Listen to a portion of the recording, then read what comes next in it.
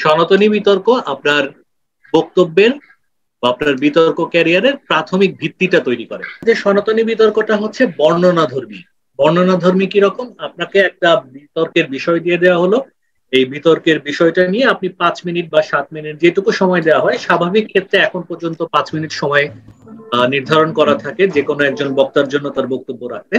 তাহলে এই সময়টুকুর ভেতরে আপনি আপনার মতো করে বলে যাচ্ছেন, কেউ আপনাকে বিরক্ত করছে না, আহ, কারোর সাথে কারোর কোনো ইন্টারাকশন হচ্ছে না, আপনাকে ডিটেলস একটা বিষয়কে আলাদা আলাদা আলাদা সেগমেন্টে ভাগ করে করে বলতে হচ্ছে। অর্থাৎ যে কোনো একটা বিষয়ের ন্যারেশন বা এটা কতখানি ইলাস্ট্রেশন করা যেতে পারে, সম্প্রসারিত করা যেতে পারে, সেই জিনিসটি ঠিক করে দেয় হচ্ছে সনাতনী বিতর্ক। আমরা পরে তুলনাতে যাব। এরপরের বিষয়টা হচ্ছে ভাষার ব্যবহার। আমিও চেষ্টা করছি আজকে যে যতখানি সম্ভব মানে ভাষাটাকে যতখানি পরিশীলিত ভাবে বলা যায়। ভাষার ব্যবহারটা কিরকম? এখনকার সময় অনেকে মনে করেন যে বাংলার ভেতরে আসলে 2-4টা ইংরেজি বললে আসলে খুব ভালো হয়। আমিও বলি যে ভাষার যে মিথস্ক্রিয়া, সেই মিথস্ক্রিয়াকে আপনি বাংলার ভেতরে ইংরেজি খুব সহজেই বলতে পারেন। আপনি চেয়ারকে টেপায়া বলার কোনো প্রয়োজন নাই, রিক্সাকে ত্রিচক্র যান বলার কোনো বাংলা করার কোনো প্রয়োজন নাই। এগুলো যেগুলো আমরা প্রতিনিয়ত ব্যবহার করছি সেটা বলা যেতেই পারে, কিন্তু পরিষ্কার করা যাওয়াটাকে আসলে ক্লিন করা যেতে পারে না বললেও চলে। মানে যে সমস্ত বাংলা শব্দ, যে সমস্ত বাংলা ভাষা, যে সমস্ত জিনিসের সহজ বাংলা প্রতিশব্দ রয়েছে, সেগুলো আসলে আমরা এই সনাতনী বিতর্কটা থেকে শিখি যে কিভাবে খুব চমৎকার ভাবে বাংলা ভাষাটাকে রিপ্রেজেন্ট করা যায়। তারপরের জায়গাটা হচ্ছে সম্মানবোধ। এইটা সম্পর্কে কেউ কোনো ধারণা দিতে পারেন? যেমন ভাইয়া, যদি বলতে গেলে আমরা প্রতিপক্ষকে যখন সনাতনী বিতর্ক করি তখন আমরা প্রতিপক্ষকে যথাযথ সম্মানের সহিত বলি। যেমন এক্ষেত্রে আমরা ব্যবহার করি বিজ্ঞ প্রতিপক্ষ বৃন্দ, এবং যখন আমরা সভাপতিকে সম্বোধন করি তখন কিন্তু সভাপতির আগে মাননীয় সভাপতি, এবং বিচারকদের আগে বিজ্ঞ বিচারক বৃন্দ। অর্থাৎ আমরা এখানে যাকে যতটুকু সম্মান দেয় আমরা ততটুকু সম্মান বোধ বজায় রেখে আমাদের বক্তব্য পেশ করি। এটা তো আমরা সব বিতর্কের ক্ষেত্রেই করি। যেমন পার্লামেন্টারি বিতর্কে আমরা মাননীয় স্পিকার বলি, মাননীয় প্রধানমন্ত্রী, বিরোধী দলীয় নেতা, উপনেতা সবাইকে তো সম্মান দেখিয়েই কথা বলি। তাহলে এইখানে আলাদাভাবে সম্মান বোধের জায়গাটা কোত্থেকে আসছে? এখানে সরাসরি আমার প্রতিপক্ষকে আমি মানে সরাসরি প্রতিপক্ষকে আক্রমণ করা হয় না ব্যক্তিগতভাবে। এখানে যুক্তি দিয়ে প্রতিপক্ষকে মানে বোঝানোর চেষ্টা করা হয় যে যে আসলে তুমি ভুল বা আপনারা ভুল। এখানে যুক্তি দ্বারা যেখানে প্রতিষ্ঠিত হয় সেখানে অবশ্যই সম্মানবোধ থাকে। কিন্তু যখন যুক্তি ছাড়া যখন এখানে সরাসরি যুক্তি ব্যবহার হয়, এই জন্যই আর কি সম্মানবোধটা ঠিক থাকে, যে সরাসরি আমরা আক্রমণ করি না। ভালো কথা। বিষয়টা অনেকটা এরকমই। অন্য বিতর্ক যেগুলো রয়েছে সেগুলোতে আসলে একজন বক্তা যখন বক্তব্য রাখেন তখন তার বক্তব্যের মাঝখানে আপনি বিভিন্ন ফরম্যাটে point of information, point of order, point of privilege বা যে কোনো ফরম্যাটে আপনি তাকে বিরক্ত করার একটা সুযোগ রাখেন। অনেকে বিরক্তটা করে, অনেকে হ্যাকলিং বলে একটা বিষয় আছে যেটাকে বলে আসলে একজন বক্তার বক্তব্যকে থামিয়ে দেয়, তাকে মিসলিড করে। এই জায়গাটা হচ্ছে আর একজন মানুষ যখন 5 মিনিট ধরে বলছে, আপনি মনোযোগ দিয়ে তার কথাগুলো শুনছেন। একজন মানুষ যখন আরেকজন মানুষের কথা মনোযোগ দিয়ে শোনে তখন আসলে তার প্রতি এক ধরনের সম্মান দেখানো তৈরি হয়ে যায়। আমাদের ভেতরে দেখবেন যে আমরা 5জন যখন একসাথে কথা বলতে থাকি, 5জন একসাথে কথা বলি, নিজেরাই আসলে অনেক ধরনের কথা বলা শুরু করে দিই, একজনের কথার মাঝখানে আরেকজন কথা বলতে থাকি। তো এই যে আরেকজনের মতামতকে শ্রদ্ধাবোধ দেখিয়ে আরেকজনের মতামতের জন্য বসে তার বক্তব্যটাকে শোনা এবং এই বক্তব্যটার প্রেক্ষিতে নিজের মতো করে আসলে বক্তব্য তৈরি করার জন্য যে সময়টা, এই সম্মানবোধের জায়গাটুকু আসলে আপনাদের মাঝখানে তৈরি করে দেয় সনাতনী বিতর্ক। যে কারণে আমরা বলছি যে সনাতনী বিতর্ক হচ্ছে যে কোনো বিতর্কের প্রাথমিক ভিত্তি তৈরি করে। এটি একটা বিষয়কে আসলে অনেক বেশি সম্প্রসারিত করে বলার যে সুযোগ বা যে কৌশল, সেটি মানুষকে শেখায়। ভাষার ব্যবহারটাকে শেখায় যে ভাষাটা আসলে কত সুন্দর হতে পারে, কত সুন্দর করে ভাষাটাকে ব্যবহার করা যেতে পারে, এবং প্রতিপক্ষের জন্য একটা নতুন ধরনের সম্মান বোধ এবং একটা আত্মবিশ্বাস নিজের ভেতরে তৈরি করে। আমরা পরের স্লাইডে যাই। এটা আপনারা জানেন যে সনাতনী বিতর্কে মূলত দুটো অংশ থাকে, একটা হচ্ছে গঠনমূলক আর একটা হচ্ছে যুক্তি খণ্ডন। এটি অন্যান্য বিতর্কেও আসলে এই একই ভাবেই থাকে, হয়তো এক একটাকে এক এক ধরনের নামে ডাকা হয়, এক একটাকে এক এক ধরনের বিষয়ে বলা হয়ে থাকে, কিন্তু মূল বিতর্কগুলো এই দুটো অংশতেই ভাগ করা থাকে। গঠনমূলক পর্বটির সময় থাকে বেশি, যুক্তি খণ্ডন পর্বটির সময় থাকে কম। গঠনমূলক পর্বে প্রত্যেক বক্তা 5 মিনিট করে সময় পাচ্ছেন নিজের বক্তব্য দানের জন্য। এক্ষেত্রে মানে যারা প্রস্তাবের পক্ষে বলেন তাদেরকে পক্ষ দল, যারা প্রস্তাবের বিপক্ষে বলেন তাদেরকে বলে বিপক্ষ দল। আর যথারীতি একইভাবে প্রথম বক্তা, দ্বিতীয় বক্তা, তৃতীয় দলনেতা, এবং বিপক্ষ দলও প্রথম বক্তা, তৃতীয় বক্তা এবং দলনেতা। আমরা রোল ওয়াইজ আসবো যে আসলে প্রথম বক্তার কি কাজ, দ্বিতীয় বক্তার কি কাজ, তৃতীয় বক্তার কি কাজ। আর যুক্তি খণ্ডন যেটা, মানে যেহেতু আমরা দুটো পর্বের কথা বলেছি, যে গঠনমূলক পর্ব এবং যুক্তি খণ্ডন পর্ব, আর যুক্তি খণ্ডন পর্বে উভয় দলের দলনেতা 3 মিনিট করে সময় পান। এই ক্ষেত্রে আপনাদের মনে রাখতে হবে সনাতনী বিতর্কে অবশ্যই তৃতীয় বক্তা, তাকে দলনেতা হিসেবে ট্রিট করা হয়, এবং তৃতীয় বক্তাই শুধুমাত্র যুক্তি খণ্ডন করার সুযোগ রাখেন, যদি না আয়োজকরা অন্য কোনো ধরনের পরিবর্তন নিয়ে আসেন। কিন্তু মূল বিষয়টি হচ্ছে কেবলমাত্র দলনেতা শুধুমাত্র যুক্তি খণ্ডন করার সুযোগ পাবেন। আসেন প্রথম বক্তার বক্তব্যে। প্রথম বক্তার কাজ হচ্ছে বিষয় এবং দলের অবস্থান পরিষ্কার করা, বিতর্কটি কেমন হবে সেটার জন্য একটা মডেল প্রদান করা। এখন এই মডেল সংসদীয় বিতর্কের যে মডেল, আর এখানে মডেল শব্দটা একই রকম না।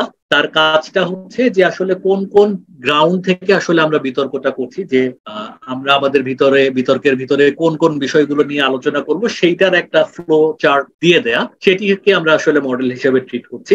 আর বিপক্ষ দলের প্রথম বক্তার কাজ হচ্ছে প্রথমে, যেহেতু তার আগে একজন বক্তা বক্তব্য রেখেছেন, তার বক্তব্যের কি কি সীমাবদ্ধতা ছিল সেই সমস্ত জায়গাগুলো আলোচনা করা। এইবার আসবো আমরা একটা খুব কমপ্লেক্স জায়গায়, গণমাধ্যম গণমানুষের নয়।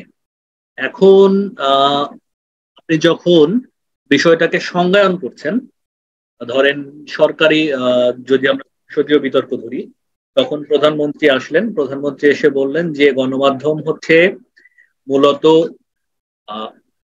ইলেকট্রনিক মিডিয়া, প্রিন্ট মিডিয়া এবং সামাজিক যোগাযোগ মাধ্যম। তবে আজকের সংসদে আমরা গণমাধ্যম বলতে শুধুমাত্র ইলেকট্রনিক মিডিয়া এবং প্রিন্ট মিডিয়াকে বোঝাবো। তার মানে আপনি আপনার ইচ্ছা মতো কি করলেন। মামুন ভাই সরি, বোধহয় যে আজকের সংসদে না, সনাতনী যেহেতু সংসদ বিষয়টা একটু ভ্রান্তি তৈরি করবে। হ্যাঁ, আমি বলেছি যে যদি আমরা মানে সংসদীয় বিতর্কের কথা চিন্তা করি, সেক্ষেত্রে প্রধানমন্ত্রী এই ধরনের একটা সিদ্ধান্ত দিলেন যে গণমাধ্যম বিষয়টাকে তিনি আজকে সংসদে আলোচনা করবেন না। সেক্ষেত্রে এই যে বিষয়টি, নিজের ইচ্ছা মতো একটা পোর্শনকে আপনি ধরে রাখতে পারবেন, একটা পোর্শনকে ধরে রাখতে পারবেন না, এটিকে আসলে মূলত সংজ্ঞায়ন হিসেবে নিয়ে আসে। কিন্তু যখন আপনি সনাতনী বিতর্ক করবেন, তখন আসলে আপনার কাছ থেকে এই ধরনের বাদ দিয়ে চলে যাওয়ার বা নিজের ইচ্ছা মতো একটা শব্দকে মানে নিজের ইচ্ছা মতো ব্যবহার করার সুযোগটুকু আপনার কাছে থাকে না। আপনাকে অবশ্যই শব্দের শাব্দিক যে ব্যাখ্যা, অর্থাৎ প্রত্যেকটি যে শব্দ থাকে যে বিজ্ঞান অভিশাপ, তাহলে আপনাকে বিজ্ঞানের যে শাব্দিক ব্যাখ্যা, সেই শাব্দিক ব্যাখ্যাটি দিতে হবে। অভিশাপ বলতে আসলে শাব্দিক যে ব্যাখ্যাটি রয়েছে, শুধুমাত্র সেই শাব্দিক ব্যাখ্যা দিতে হবে। আমি পার্থক্য করার যে জায়গাটি দেখানোর চেষ্টা করেছি, সেটি হচ্ছে যে কোনোভাবেই সংজ্ঞায়ন করতে যে আপনার নিজের হাতের ক্ষমতার ভেতরে যে সুবিধাটুকু থাকে, যে কিছু অংশ রাখবেন কিছু অংশ রাখবেন না, নিজের প্রয়োজনে যেটুকু দরকার সেটুকুকে আসলে আজকের বিতর্কের অন্তর্ভুক্ত করবেন, বাকিটুকুকে অন্তর্ভুক্ত করবেন না। যখন আপনি সনাতনী বিতর্ক করবেন, তখন আপনার হাতে এই সুযোগটি থাকছে না। প্রথম বক্তা হিসেবে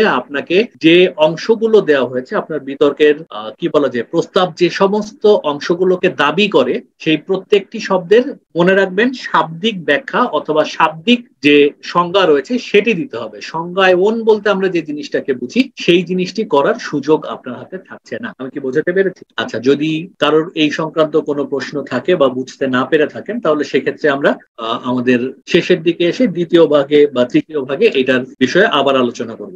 এইবার হচ্ছে দ্বিতীয় বক্তার কাজ।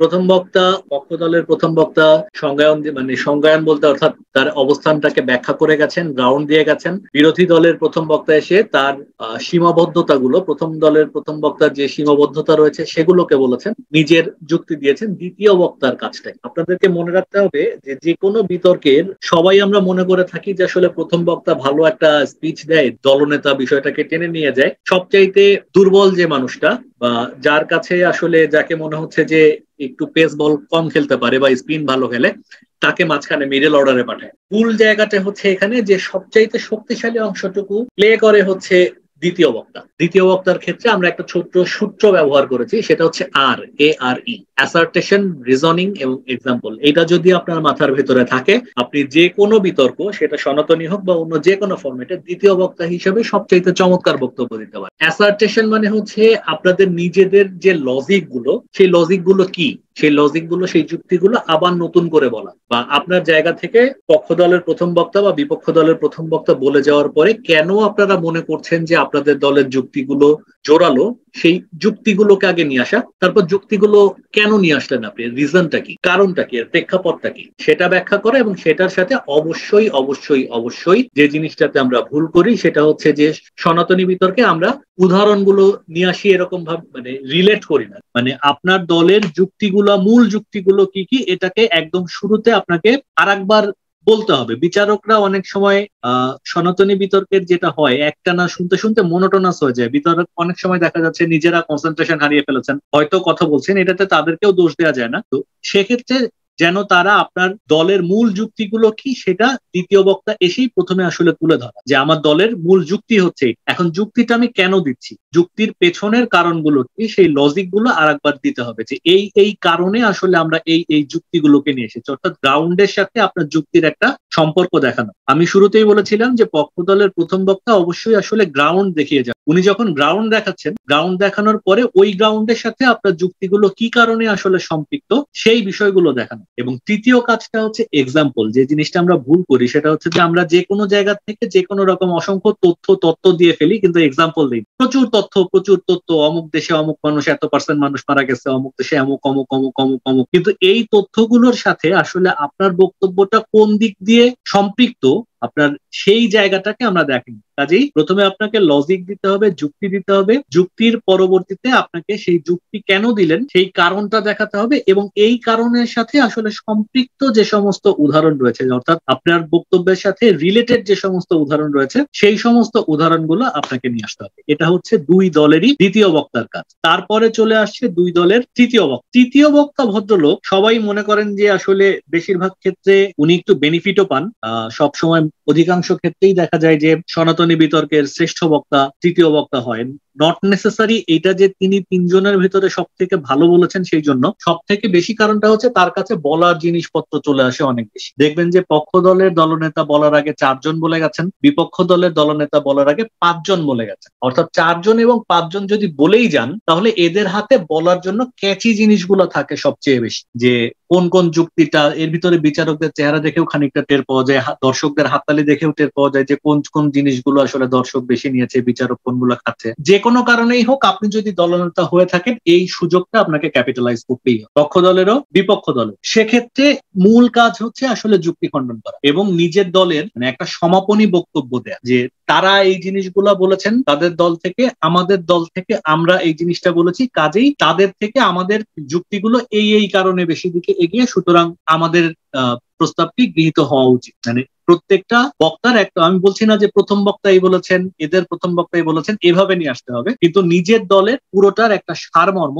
দলনেতার কাছ থেকে আসতে হবে। বিতর্ক এটুকুই, আপনারা যা দেখেছেন মানে বিতর্কটা হচ্ছে পুরোপুরি কতখানি পড়ালেখা আপনি করলেন, কতখানি আসলে এঙ্গেজমেন্টের ভেতরে গেলেন, সেটা হচ্ছে একটা বড় অংশ। সেটা হচ্ছে যে অপোনেন্টের সাথে তার বক্তব্যের সাথে আপনি কতখানি সংযোগ ঘটাতে পারলেন। যত বেশি সংযোগ ঘটাবেন, বিতর্ক তত বেশি আপনার দিকে আসবে। প্রথম বক্তা, দ্বিতীয় বক্তা, তৃতীয় বক্তা যুক্তি খণ্ডন এসে যুক্তি খণ্ডন করলেন। এখন আমি আপনাদেরকে বিতর্কের কয়েকটা ছোট ছোট টিপস দেব। মূল যে জায়গাটি হচ্ছে সেটি হচ্ছে এই টিপসের জায়গা। আমরা যখন স্কুলে পড়তাম, ধরেন 9-এ পড়তাম 96 সালে বা 97 সালে, 96 এর দিকেই সম্মান রেখে বলছি, এটাকে অন্যভাবে নেবেন না প্লিজ। তো তখন যেটা ছিল যে আমাদের ধর্ম খাতায় স্যাররা খুব পছন্দ করতেন যে মরিস বুকাইলি, তারপরে হচ্ছে বিভিন্ন জন, কি কি যেন নাম ছিল, ভদ্রলোকরা বড় বড় মনীষী ছিলেন, তাদের কিছু বক্তব্য ইংরেজি কোটেশন আমরা খাতায় লিখতাম কিনা। যে কয়টা প্রশ্ন, সেই কয়টা প্রশ্নের সাথে কিছু ইংরেজি কোটেশন দিতে পারলে স্যাররা খুব খুশি হতেন, মার্কস অটোমেটিক্যালি কিছু বেড়ে যায়। এই একই কাজটা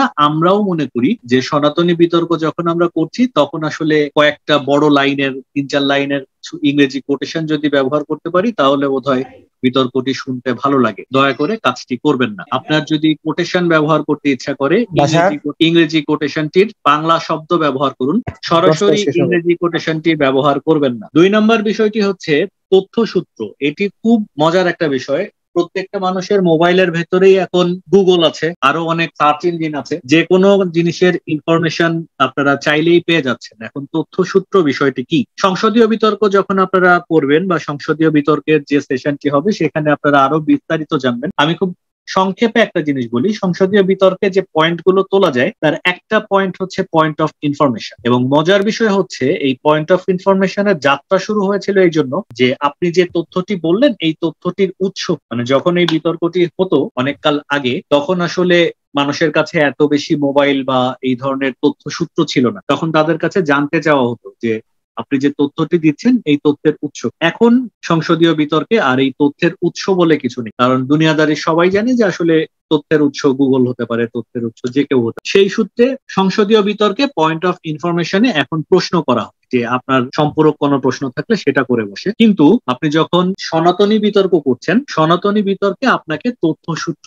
উল্লেখ করে দিতে হবে, যেহেতু আপনার কাছে বেশ কিছুদিন আগে থেকে আসলে বিতর্কের বিষয়টি দেয়া থাকে, এটি ইনস্ট্যান্ট হয় না, সাথে সাথে হয় না, সেহেতু আপনি আসলে বিতর্কটি কোন জায়গা থেকে করছেন, কোন ভাবে করছেন বা ওই সূত্রটি কোথায় পেয়েছেন সেটি বলতে হবে। মজার বিষয় হচ্ছে যে আপনার কাছে তো মনে হতে পারে আপনি বলে দিলেন যে এই তথ্যটি আমি 1997 সালের দৈনিক ইত্তেফাক পত্রিকার 18 নম্বর পেজের 7 নম্বর কলামের 3 নম্বর লাইনে পেয়েছি। এই যে চাপাটি দিলেন, এই চাপাটি ধরার মতো যথেষ্ট ক্ষমতা আসলে বিচারকের আছে। কোন তথ্যটি আসলে একজন বিতার্কিক বিতর্ক করার সময় নিজের থেকে দিচ্ছে, কোন তথ্যটি চাপা হিসাবে দিচ্ছে, আর কোন তথ্যটি আসলে সঠিক দিচ্ছে, শতকরা 100 ভাগ না হলেও অন্তত 95 ভাগ ক্ষেত্রে তার ওয়ে অফ এক্সপ্রেশন, তার মুড অফ এক্সপ্রেশন দেখে বিচারক টের পান। কাজেই যখন বলবেন একেবারে আসলে চাপা দেওয়ার দরকার নেই, যেটুকু জানেন তথ্যসূত্র যতখানি পারেন ততখানি দেখে তারপরে বলার চেষ্টা করেন। পরে যে জায়গাটা সেটি হচ্ছে আসলে সাহিত্যের প্রয়োগ। যেহেতু আপনার হাতে অনেক আগে থেকে বিতর্কের বিষয়টি দিয়ে দিচ্ছে, আপনি কিছুটা হলেও সময় পাচ্ছেন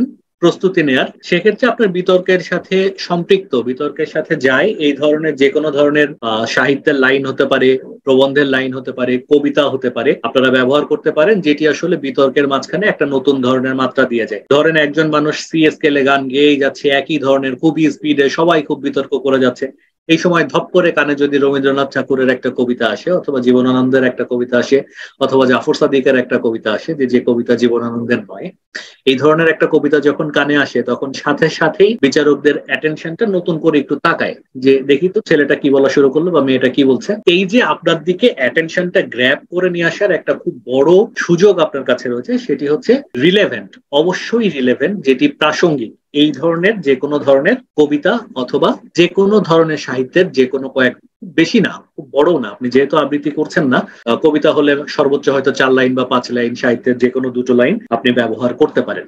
এখন বিতর্ক জিততে হবে, এতক্ষণ তো আমরা নিজেদের জন্য বলছিলাম, এখন বিতর্ক জিততে হলে কি করতে হবে? বিতর্ক জিততে হলে সবসময় সনাতনী বিতর্কের 2টো জিনিস মাথায় রাখবেন, সেটা হচ্ছে ফ্ল্যাগ পোস্টিং। বুঝেন, আপনারা মেইল চালান, ইম্পর্টেন্ট যে মেইল গুলো থাকে, ইম্পর্টেন্ট মেইল গুলোর পাশে আমরা আসলে একটা করে ফ্ল্যাগ পোস্ট করে দিয়ে আসি যে না এটা হচ্ছে আমার ইম্পর্টেন্ট মেইল। সেই রকম ভাবে আসলে আপনার কাছে যেহেতু সরাসরি ইন্টারঅ্যাক্ট করার কোনো সুযোগ নেই, বিপক্ষ দলের বা প্রতিপক্ষ দলের কোনো প্রশ্ন যদি আপনার কাছে থেকে থাকে সেটি আপনি সংসদীয় বিতর্কের মতো সরাসরি দাঁড়িয়ে করতে পারছেন না, তখন আপনার কাজ হচ্ছে অসংখ্য প্রশ্ন করা। ঠিক আছে, আপনি যখন বক্তব্য দেবেন আপনার বিরোধী দল বা আপনার প্রতিপক্ষ যারা আছে তাদের কাছে অসংখ্য প্রশ্ন রাখবেন যে আমার কাছে আপনি এই বিষয়টি বলতে কি বোঝাচ্ছেন, আপনারা যে এটা বললেন এটা বলতে আসলে এরকম বোঝায় কিনা, এই ধরনের প্রয়োজন বা তুলনামূলকভাবে একটু বেশি প্রয়োজন, এই ধরনের যে সমস্ত প্রশ্নগুলো আছে অসংখ্য প্রশ্ন রাখার চেষ্টা করবেন। এবং দলনেতা যখন যুক্তি খণ্ডন করতে যাবেন তখন হচ্ছে এই প্রশ্নগুলো নিয়ে প্রশ্ন তুলবেন যে আমরা ওনাদের কাছে মোট এতগুলো প্রশ্ন করেছিলাম বা ওনাকে এই প্রশ্নটা করেছিলাম, আশা করছিলাম যে ওনারা এই প্রশ্নের উত্তরগুলো দেবেন কিন্তু দিয়ে যান। অর্থাৎ এই জিনিসগুলো তখন আসলে বিচারককে নক করে যে আসলে হ্যাঁ এই দল থেকে তো এই প্রশ্নগুলো করেছিল, ওরা তো এর উত্তরটা দেয়নি। তখন আলটিমেটলি মানে নতুন করে আর একবার বিচারকদের মাথার ভেতরে ব্রেইন স্টর্মিং শুরু হয় যে ঠিক আছে এটা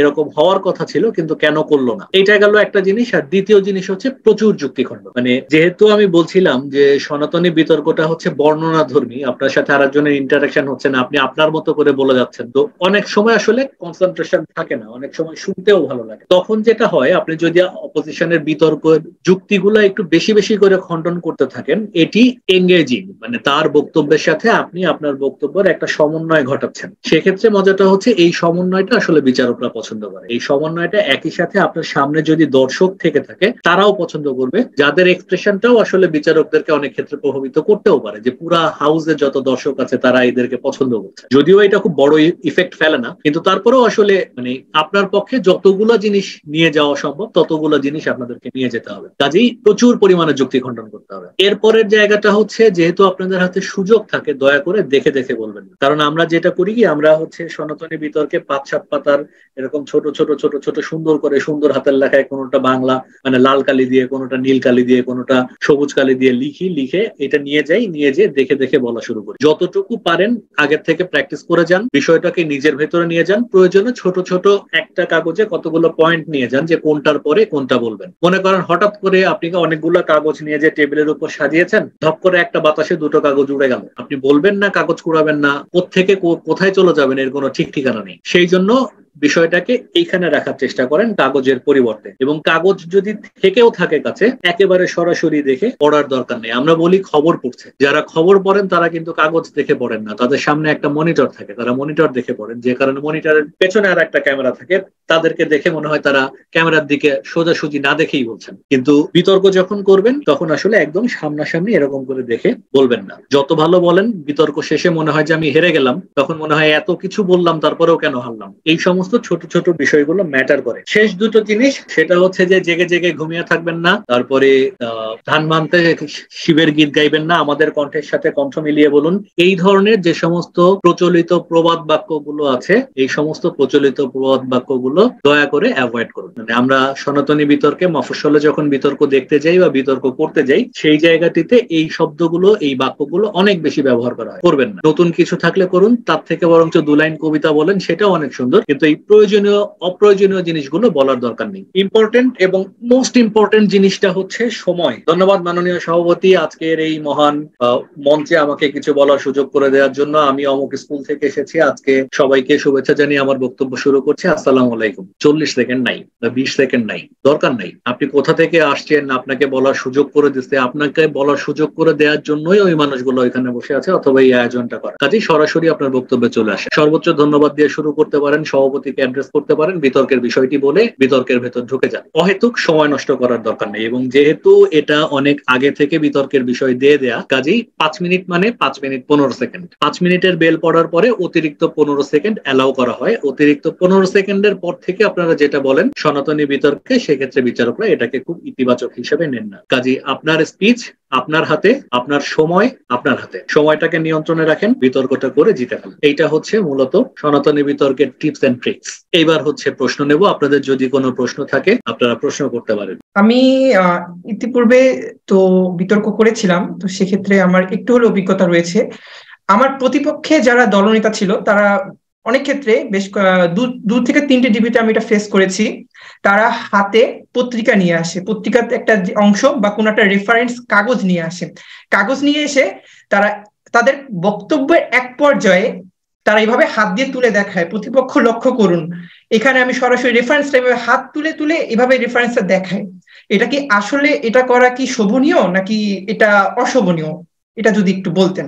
অশোভনের বিষয় না, সেটা হচ্ছে যে আসলে প্রেজেন্টেশনটা কিরকম স্টাইলে যাচ্ছে। ওই কাগজের ভিতরে আদৌ এই কথা লেখা আছে কিনা সেটা নিশ্চিত হওয়ার কোনো উপায় নেই। এই কথাটা আমি আগেই বলেছি যে আপনারা যখন চাপা মারবেন, অর্থাৎ বিতার্কিকরা যখন চাপা শব্দটা আসলে ইতিবাচক অর্থে ব্যবহার করেন, যে কোনো একটা জিনিস বলার, নিজেদের ফেভারে নেওয়ার জন্য ঘুরায় পেঁচায় বলার চেষ্টা করতেছেন, বিচারকরা কিছুটা হইলেও টের পায় যেহেতু মানে এটা আসলে কি বলতে চাচ্ছেন, কি বলছেন। তবে পুরাতন কোনো কাগজ, যেহেতু আমি বলছি যে হাতে কলম নিয়েই বিতর্ক করবেন না, সেই সূত্র অনুসারে হাতে কাগজ বা অন্য কিছু না থাকাটাই শ্রেয়।